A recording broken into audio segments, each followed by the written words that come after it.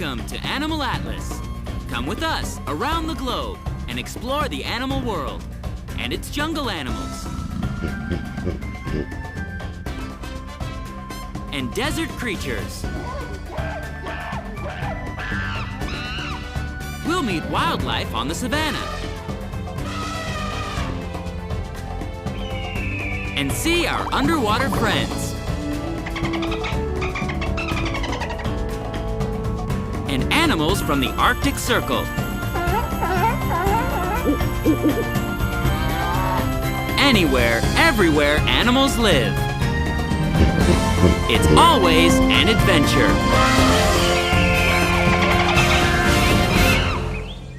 Today on Animal Atlas, we're flipping a coin. You there, call it. Heads or tails? Heads it is. I'm sure we all know what a head is, but can we define it? Webster's Dictionary defines a head as the uppermost or forwardmost bodily extremity, containing the brain, the principal nerve centers, and the eyes, ears, nose, and mouth. For us humans then, quite simply, the head is the living skull.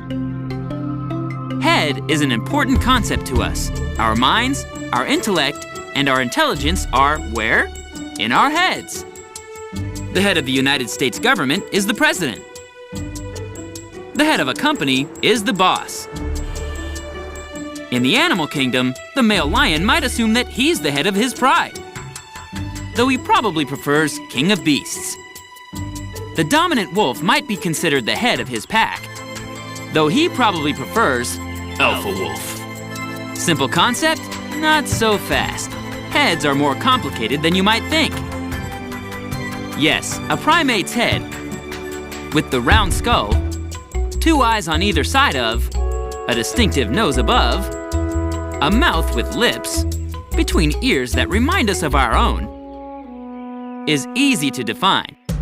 But throughout much of the animal kingdom, claiming heads up is not so easy. Head, head, head, using your head. Head, head, head, using your head. Head, head, head, use your head, man! Let's pay a visit to the amazing octopus. At first glance, you might describe the octopus as a huge-headed sea monster with 8 arms.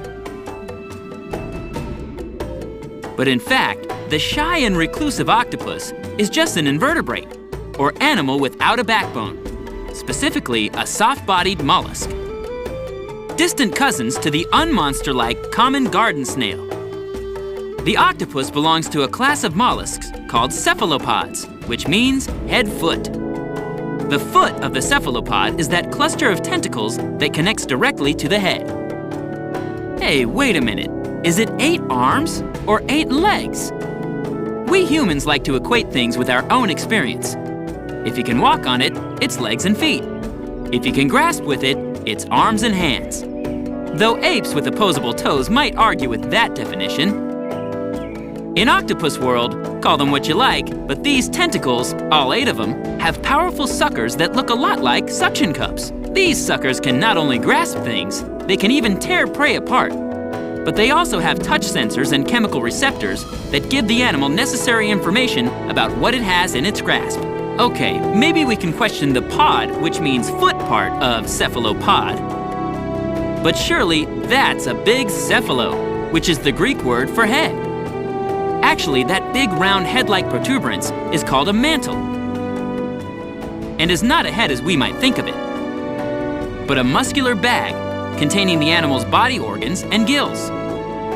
What we mammals might think of as the torso contents. The octopus does have a head and brain. It's an intelligent animal after all, and its brain power or nerve center is located right above its eyes. Yes, aquatic invertebrates can really confuse a discussion of where's the head. Take the sea jellies, for example. Where's the head? Well, unlike the octopus, sea jellies have no head. And they don't have a brain, or a complete digestive system, or even basic sensory organs. Not only that, they are composed of more than 95% water. What kind of life is that? In sea jelly world, a beautiful one. The bell-shaped jelly hood contains all the internal structures this simple animal needs to catch its food and to consume it. Many jellies have stinging, poisonous tentacles that drift through the water and entangle and paralyze prey. Though it doesn't have a brain, the sea jelly does have a nervous system that can perceive light and odors. Who needs a head? Not the sea jellies. Or for that matter, not the sea anemone either. This wily animal may look like a flower, but don't let its appearance fool you. Those are tentacles, not petals. And this invertebrate is a predatory carnivore. Unlike the sea jellies that float along uninhibited in their magical underwater world, the anemone attaches itself to firm objects in the sea. What's in the center of those tentacles? A big mouth and a healthy appetite. Being headless doesn't mean friendless. Clownfish live near anemones and are immune to the stinging tentacles. The clownfish helps clean the anemone's tentacles, while the anemone protects the clownfish from would-be predators. Headless, but beautiful. Headless, but not friendless. When we come back to Animal Atlas, we'll meet some animals with heads. But first, let's see if you can guess this animal fact. Turtles and tortoises retract their heads into their shells when they are A. Preparing to climb out. B. Frightened. C. Preparing to attack. Or D. Digesting food. The answer coming up when we return to Animal Atlas. We're back. Did you guess the right answer to our question? Turtles and tortoises retract their heads into their shells when they are? The answer is B. Frightened. Yes, one of the first rules in self-defense, which turtles and tortoises know from instinct and experience, is to protect your head. Many lizards and skinks have tails that will break off, sparing the more vital body and head. If you're a lizard, tails can be expendable, and in many cases, will grow back. But if you're a reptile, once your head is gone, so are you. The simple headless aquatic life is starting to look pretty good. In the animal kingdom, who has a big head? In the world of reptiles, the alligator certainly does. Yes, that flat skull has all the elements to make up a head we recognize, though the eyes, ears, and nostrils are near the top of the head to better suit its semi-aquatic lifestyle. Why is the skull so long? To house all those teeth. Alligators have about 80 sharp conical teeth, which are used for seizing prey, though not tearing it apart as we might think. Interestingly, just like the lizard might lose a tail and it will grow back, an alligator can regrow a tooth. What is an alligator, after all, without a toothy smile? Just like the alligator, many animals have heads that are shaped to better house the teeth they need for their own particular dietary requirements. Ruminants, for example, like deer, and bison, goats, sheep, wildebeests, antelopes, llamas, and cattle, such as dairy cows, have slightly elongated snouts to better hold their rear-grinding molar teeth. A ruminant, which is a hoofed mammal, digests its food in 2 steps. First, the animal ingests the raw material, like grass. Then it regurgitates the food later in a form called cud, which it re-chews, and chews, and chews at leisure. This is why those barnyard jaws always seem to be working away all the livelong day. Since ruminants are prey animals, their eyes tend to be on the sides of their heads, so they can see what's chasing them, as opposed to the predator carnivore, whose forward-facing eyes let it better see the fleeing prey up ahead. Prey animals, too, tend to have ears on the top of their heads, which swivel with great alacrity so that they can be alert to any danger. And though many predators not only have excellent hearing, but expressive ears, they don't quite have the, "Hey, did you hear that?" ear flexibility of a grazing animal. Grazing animals tend to have long necks, and we might first expect that such a neck is a requirement for holding up the elongated snout or muzzle of the grazer. But the long neck is actually, usually, the precise distance to the grassy ground. Giraffes are ruminants too, but their long necks certainly don't let them reach down to the ground level easily. Besides the obvious height difference, what's the difference between an antelope and a giraffe? Antelopes are grazers, while giraffes are browsers who get their food from trees. They don't need a neck to reach down to the ground, but one that reaches up into the tallest trees, and that they certainly have. Some of our ruminant friends have a little something extra on their heads. Have you noticed? Bison and longhorn bovine cousins from Africa have horns. So do goats. And sheep too. Horns are different from the antlers that a male spotted deer would have, in that they are permanent and never shed, no matter how short or long or visually stunning the horns might be. Horns don't branch out like antlers do, and both male and females possess them. Horns may be hollow, but that doesn't mean they aren't great defensive weapons. The long, straight, and lethal-looking horns of the oryx has given this plant eater the reputation of being a lion killer. In self-defense, of course. So heads can be more than just principal nerve centers and repositories of sense organs, or ornamental wonders. Heads can be weapons. Even the peaceful and placid giraffe has two horns, hair-covered horns called ossicones. Both male and female giraffes have at least two each. Young males use these to playfully butt each other, in a manner not unlike our friends the goats. But as male giraffes age, other horn-like bumps develop in both the rear of the skull and the forehead. So an older male giraffe can have one of the lumpiest heads in the animal kingdom. But hey, lumps look good on ya. They go with your spots. What about heads equipped for defense? Take the warthog. These African members of the wild pig family also have lumps on their heads, but those are neither warts nor horns. They are actually thick skin growths that serve as padding. Padding for what? During mating season, males will push and ram each other with their blunt upper tusks to see who is the most powerful. A warthog may not have warts, but he does have something special to cushion the blows. Not even your impressive melon can do that. When we come back to Animal Atlas, we'll dive headfirst into more of the animal kingdom. But first, let's see if you can guess this next animal fact. A male orangutan's cheek pads are an example of A. Sexual dimorphism. B. Natural selection. C. Overeating. Or D. Ichthyocalosities.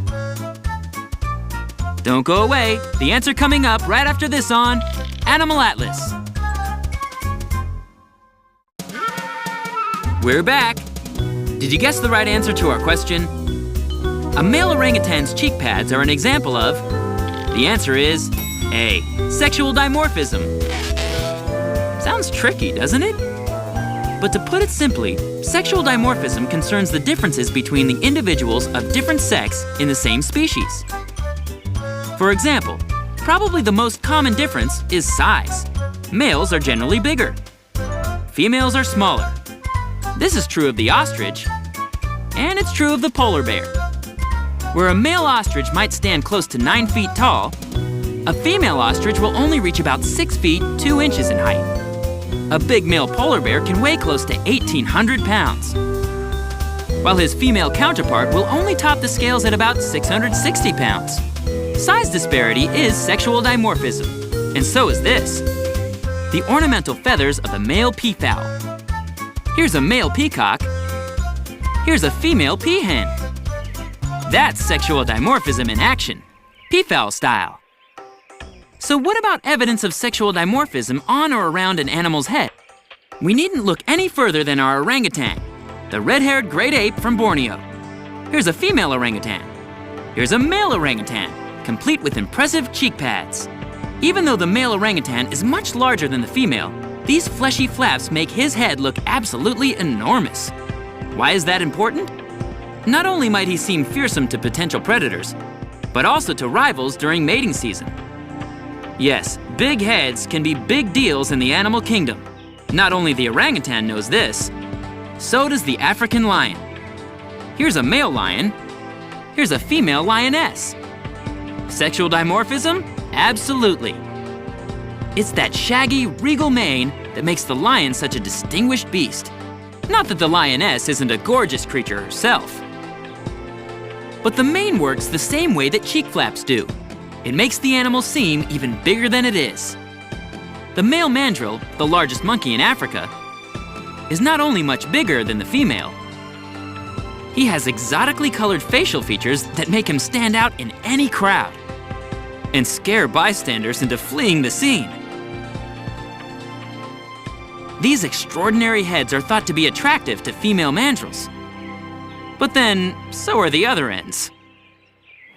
Maybe no species has taken sexual dimorphism to the extreme than the northern elephant seal has. Not only is the bull a good 3 times the size of the cows, only the male has this something extra on his head. A proboscis, or elongated appendage, which, in the elephant seal bull's case, is a really big nose. During mating season, these bulls can roar, almost as loud as a lion, though that only lasts a few months out of the year. What else is called a proboscis? An elephant's trunk. We've seen all kinds of head ornaments, and head and facial additions, but nothing quite surpasses the elephant's amazing trunk. What is it? An elephant's trunk is both an upper lip and a nose. It takes no less than 40,000 muscles to move that agile appendage. That's more muscles than in the entire human body. As we've seen how an animal's head shape has adapted to suit both its diet and way of life, so has the elephant and his trunk. Though they are the heaviest land animals in the world, elephants are herbivores and consume only vegetation. Trunks assist the giant elephant in feeding and in drinking, bathing too, as well as exploring the terrain at an intimate level. The rhinoceros, too, has achieved fame with its distinctive addition to its huge head. But the rhino's horn is more ornamental than the elephant's utilitarian trunk. A rhino's horn is not like the bony horns we've seen on sheep or bison, but these horns are keratin, the same stuff our fingernails and hair are made of. Though some people believe the horn of a rhinoceros has magical properties, in reality, a rhino's horn is only valuable to the rhino itself, especially in profile. The word rhinoceros, in fact, means nose horn, since what's the first thing you notice about a rhino after its size? That's right. Mammals aren't the only animals with impressive additions to their head. Many birds are defined by their bills. Just ask Blythe's hornbill, or the handsome toucan, or the pelican. The bald eagle is famous for its cap of white feathers, while the vulture is distinguished by its truly bald head. What's a turkey without red fleshy wattles on its neck or under its chin? Of course, it just might be the owl who has the most easily recognizable head and face of all the birds in the world. Those big eyes are for hunting at night. They're so big that they can't move to follow prey. So the owl must turn its entire head to observe something. How far around can an owl swivel its head? A whopping 270 degrees in either direction. Not even you could manage that. In the world of animals, heads are more than brains with faces, or places to find eyes, or noses, or ears, or mouths with teeth, or mouths without. Heads come in all shapes and sizes, and an animal's countenance often reflects what it eats, how it lives, its sex, and its attitude toward life. In the animal kingdom, even the headless can find a meal, make friends, and live wild. Free and beautiful. For more fun animal facts and news, visit our website at animalatlas.tv. The internet is safe. See you there. Don't go away. Animal Atlas will be right back. Until next time on Animal Atlas.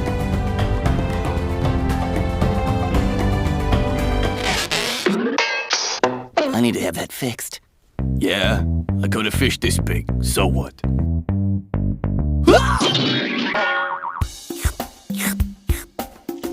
Man, do I need sunscreen. Cold, cold, cold, cold. Ah, that's better. Are you looking at me?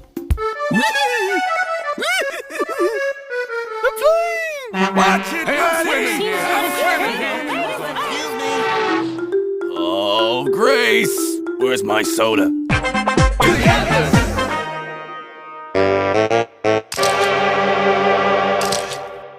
Mom? No. Mom? No. Mom? No.